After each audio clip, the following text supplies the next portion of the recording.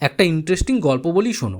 কিছুদিন আগে সঙ্গীতাকে কেউ একজন গল্প করতে করতে বলেছিল কারোর ইচ্ছে হলেই বা চাইলেই বাড়িতে কালী পুজো দেওয়া যায় না। কালী ঠাকুর খুব জাগ্রত, সে না চাইলে তার চরণ কারো বাড়িতে পড়ে না। সে আরও জানালো সে নাকি বাড়িতে দুবার কালী পুজো দেওয়ার চেষ্টা করেছিল, কিন্তু প্রতিবারই কিছু না কিছু বাধা আসতো, তাই আর তার বাড়িতে কালী পুজো দেওয়া হয়ে উঠতো না।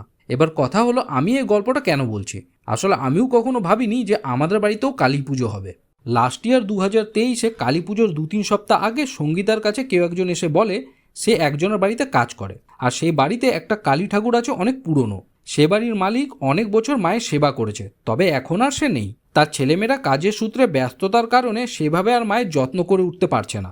তারা প্রথমে ভেবেছিল কালী ঠাকুরটা জলে বিসর্জন দিয়ে দেবে, কিন্তু মা স্বপ্ন দেয় যে সেটা যেন তারা না করে। এবার সঙ্গীতার কাছে প্রস্তাব আসে সে যদি চায় কালী ঠাকুরটা নিতে পারে, নাহলে তারা সেটা কোনো মন্দিরে দিয়ে দেবে। সঙ্গীতা রাজি হয়ে যায়, আর তারপর থেকে এটা আমাদের বাড়ির দ্বিতীয় বর্ষ কালী পুজো। এবার কথা হলো, সব ঠাকুরের পুজোর কিছু না কিছু কারণ বা মহত্ব থাকে। কালী পুজো পাড়ার মোড়েও হয়, আবার বাড়িতেও হয়, শ্মশানেও হয়, আবার ক্লাবেও হয়। তাহলে কালী পুজো করার আসল কারণ কি? ব্যাপারটা হলো, কালী ঠাকুরের অনেক রূপ আর নাম আছে। যেমন আমাদের বাড়িতে যে কালী ঠাকুরটা আছে সেটা দক্ষিণা কালীর আরেক রূপ রক্ষা কালী। আগেকার দিনে জেলেরা সমুদ্রে মাছ ধরতে যাওয়ার আগে নিশিকালীর পুজো করে যেত। তারা মানত নিশিকালীর চরণে ছোঁয়া ফুল যে নৌকায় থাকবে সেই নৌকা ঝড় জল থেকেও সুরক্ষিত ঘরে ফিরে আসবে। আর পাড়ায় পুজো করা হতো ভূত প্রেত অশুভ শক্তি থেকে গ্রামবাসীদের রক্ষার জন্য। অনেক রকম কালী ঠাকুর থাকলেও কালী পুজো করার মূল কারণ একটাই, রক্ষা।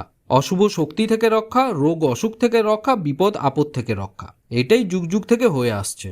তাই নেক্সট বার যখন তুমি কোনো কালী ঠাকুরের সামনে মাথা নত করে নিজের মনস্কামনা জানাবে, ধন দৌলত ঐশ্বর্য সফলতা চাইবে না, চাইবে সুরক্ষা, নিজের আর পরিবারের সকলের। আসছে বছর আবার হবে, সবাই যেন একসাথে সুস্থভাবে পুজোয় মজা করতে পারি।